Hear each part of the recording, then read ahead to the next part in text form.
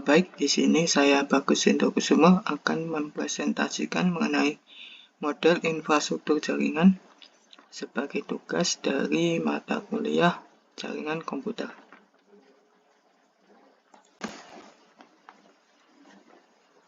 Pengertian jaringan komputer.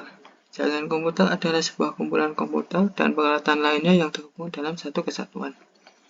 Jaringan komputer juga merupakan himpunan interkoneksi sejumlah komputer autonomous atau otonom atau mandiri.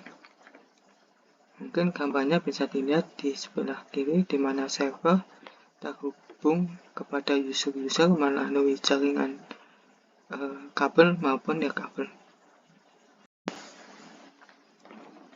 Kemudian selain jaringan komputer, terdapat juga jaringan terdistribusi. Sistem terdistribusi adalah suatu sistem perangkat lunak yang dibuat di atas sebuah jaringan.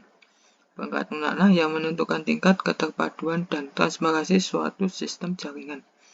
Perbedaan keduanya terletak pada perangkat lunaknya, khususnya sistem operasi, bukan pada perangkat kerasnya. Pengguna sistem terdistribusi tidak menyadari terdapatnya banyak proses dalam sistemnya. Gambar dari sistem terdistribusi atau jaringan terdistribusi ada di sebelah kiri. Di sini ketika user mengakses aplikasi akan terhubung ke server, di mana server juga akan terhubung ke server-server lain yang dimana aplikasi tersebut didistribusikan ke berbagai server. Kemudian pembagian jaringan berdasarkan cakupan atau jangkauan geografisnya. Ada 4, yaitu Personal Area Network atau PAN, kemudian Local Area Network atau LAN, kemudian ada juga Metropolitan Area Network atau MAN, dan yang terakhir ada Wide Area Network atau WAN. Personal Area Network atau PAN. PAN adalah jaringan area pribadi yang memiliki interkoneksi perangkat teknologi pribadi untuk berkomunikasi dalam jarak dekat. Jangkauannya kurang dari 10 meter. PAN memiliki lebih sedikit pengguna dibandingkan dengan LAN, MAN, atau WAN. Mungkin contoh dari penggunaan Personal Area Network itu ketika sebuah laptop mungkin bertukar data dengan tablet atau handphone, smartphone, atau ketika laptop digunakan untuk terhubung dengan printer atau scanner melalui jaringan wireless. Local Area Network atau LAN. LAN adalah jaringan yang menghubungkan perangkat jaringan di dalam sebuah jaringan yang mana komputer pribadi dan workstation dapat berbagi data, tools, dan program. Kelompok dari beberapa komputer dan perangkat dihubungkan oleh switch atau switch yang saling terhubung. Dari gambar di sebelah kiri dapat dilihat bahwa switch menghubungkan lebih dari satu komputer klien, yang mana komputer ini bisa mengakses printer yang juga terhubung ke dalam satu switch, ataupun mengakses server yang juga terhubung dalam satu switch, mungkin untuk mengakses data atau mungkin program yang ada di dalam server. Metropolitan Area Network atau MAN. MAN adalah jaringan yang mencakup area lebih luas dari LAN dan lebih kecil dibandingkan WAN. Memiliki jangkauan di kisaran 5-50 km. MAN menghubungkan 2 atau lebih komputer yang terpisah, tetapi berada di kota yang sama atau kota yang berbeda.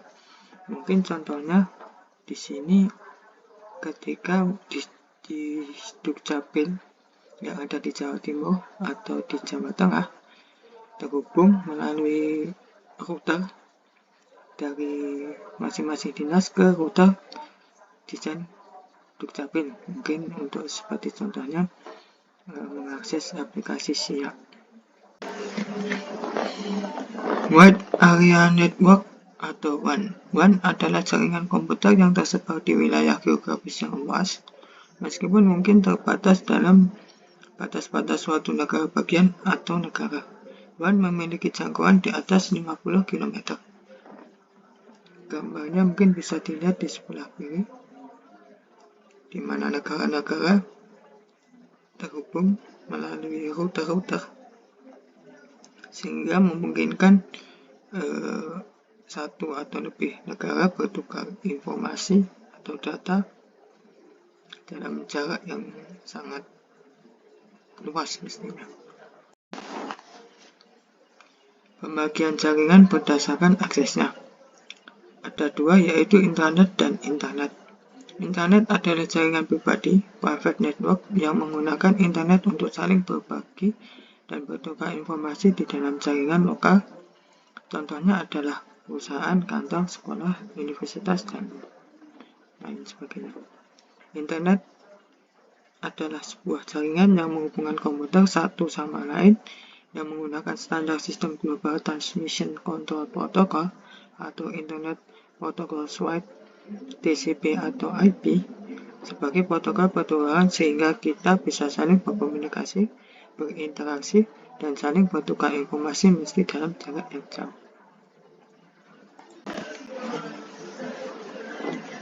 Kemudian pembagian jaringan berdasarkan cara membangunnya.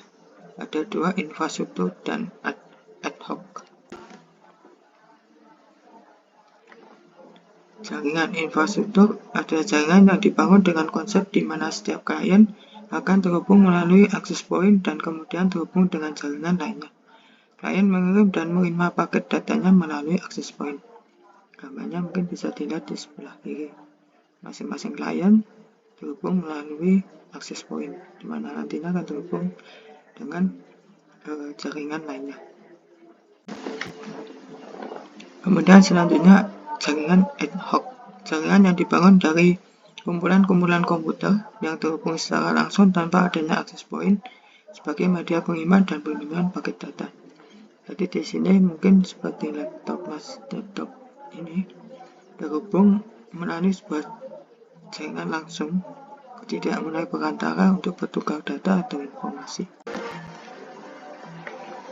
Kemudian pembagian jaringan berdasarkan cara membangunnya.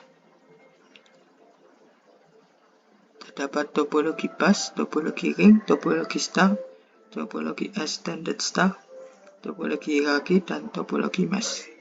Topologi bus merupakan tipe jaringan yang mana setiap komputer dan perangkat jaringan dihubungkan pada sebuah kabel tunggal. Kemudian topologi ring merupakan tipe jaringan yang menghubungkan perangkat-perangkat sehingga membentuk sebuah cincin. Kemudian topologi star merupakan tipe jaringan yang menghubungkan perangkat-perangkat komputer melalui sebuah perangkat, dapat berupa switch atau hub sebagai titik pusat penghubung. Kemudian topologi extended star merupakan bentuk perluasan dari topologi star untuk struktur jaringan yang lebih besar. Sedangkan topologi hierarki merupakan tipe jaringan yang berbentuk hierarki. Jaringan terakhir topologi mesh merupakan tipe jaringan di mana setiap perangkat terhubung dengan perangkat-perangkat lainnya. Topologi bus. Di sini gambarnya ada di sebelah kiri, di mana masing-masing komputer klien itu terhubung ke dalam satu kabel tunggal. Nah, di sini terdapat kelebihan dan kekurangan. Kelebihannya adalah biaya instalasi yang dibilang sangat murah karena hanya menggunakan sedikit kabel. Penambahan klien atau workstation baru dapat dilakukan dengan mudah. Topologi yang sangat sederhana dan mudah diimplementasikan. Sedangkan kekurangannya, jika salah satu kabel dari topologi jaringan bus putus atau bermasalah, hal tersebut dapat mengganggu komputer workstation atau klien yang lain. Kemudian proses sending, mengirim, dan receiving menerima data kurang efisien. Biasanya sering terjadi tabrakan data pada topologi ini. Topologi yang sangat jadul dan sulit dikembangkan. Topologi ring adalah selanjutnya, di mana gambarnya dapat dilihat di sebelah kiri, di mana komputer-komputer lain itu terhubung secara melingkar. Nah, di sini kelebihannya adalah memiliki performa yang lebih baik daripada topologi pas, mudah diimplementasikan, konfigurasi ulang dan instalasi perangkat baru bisa dibilang cukup mudah. Biaya instalasinya cukup murah. Kekurangannya adalah kinerja komunikasi dalam topologi ini dinilai dari jumlah atau banyaknya titik atau node. Troubleshooting bisa dibilang cukup rumit. Jika salah satu koneksi putus, maka koneksi yang lain juga ikut putus. Pada topologi ini biasanya terjadi collision, tabrakan data.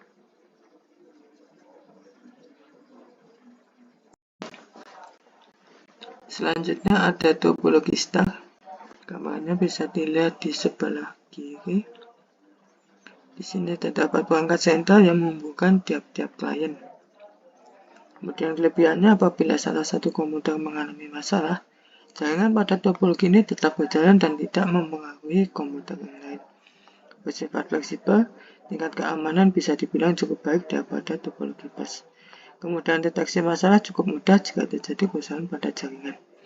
Sedangkan kekurangannya, jika switch atau hub yang notabene sebagai titik pusat mengalami masalah, maka seluruh komputer yang terhubung pada topologi ini juga mengalami masalah. Cukup membutuhkan banyak kabel, jadi biaya yang dikeluarkan bisa dibilang cukup mahal.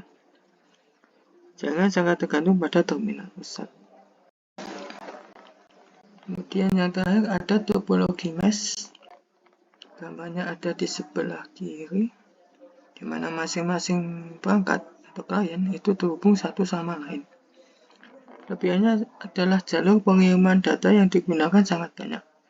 Jadi tidak perlu khawatir akan adanya tabrakan data atau collision. Besar bandwidth yang cukup besar, keamanan data topologi ini bisa dibilang sangat baik. Kekurangannya adalah proses instalasi jaringan pada topologi ini sangatlah rumit, membutuhkan banyak kabel, memakan biaya instalasi yang sangat mahal, dikarenakan membutuhkan banyak kabel. Kemudian ada pembagian jaringan dari penggunaan kabelnya, yaitu ada wired network dan wireless network. Wired network adalah jaringan yang mana perangkat-perangkatnya terhubung melalui kabel-kabel, contohnya seperti jaringan LAN. Sedangkan wireless network adalah jaringan yang mana perangkat-perangkatnya tidak terhubung melalui kabel-kabel, contohnya jaringan yang menggunakan Wi-Fi. Kemudian yang terakhir ada jaringan berdasarkan siaran atau castingnya, yaitu ada 3: unicast network, multicast network, dan broadcast network. Kemudian untuk unicast network adalah merupakan jaringan yang mana komunikasi terjadi hanya antara satu pengirim kepada satu penerima.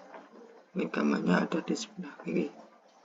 Dari keseluruhan hanya satu pengirim dan satu penerima. Kemudian selanjutnya ada multicast network, merupakan jaringan yang mana komunikasi terjadi hanya antara satu pengirim kepada sekelompok penerima.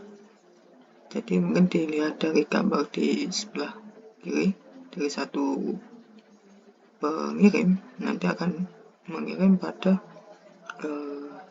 beberapa penerima dari keseluruhan penerima. Kemudian yang ketiga adalah broadcast network, merupakan jaringan yang mana komunikasi terjadi antara satu pengirim kepada semua penerima. Jadi satu pengirim akan mengirim ke semua penerima.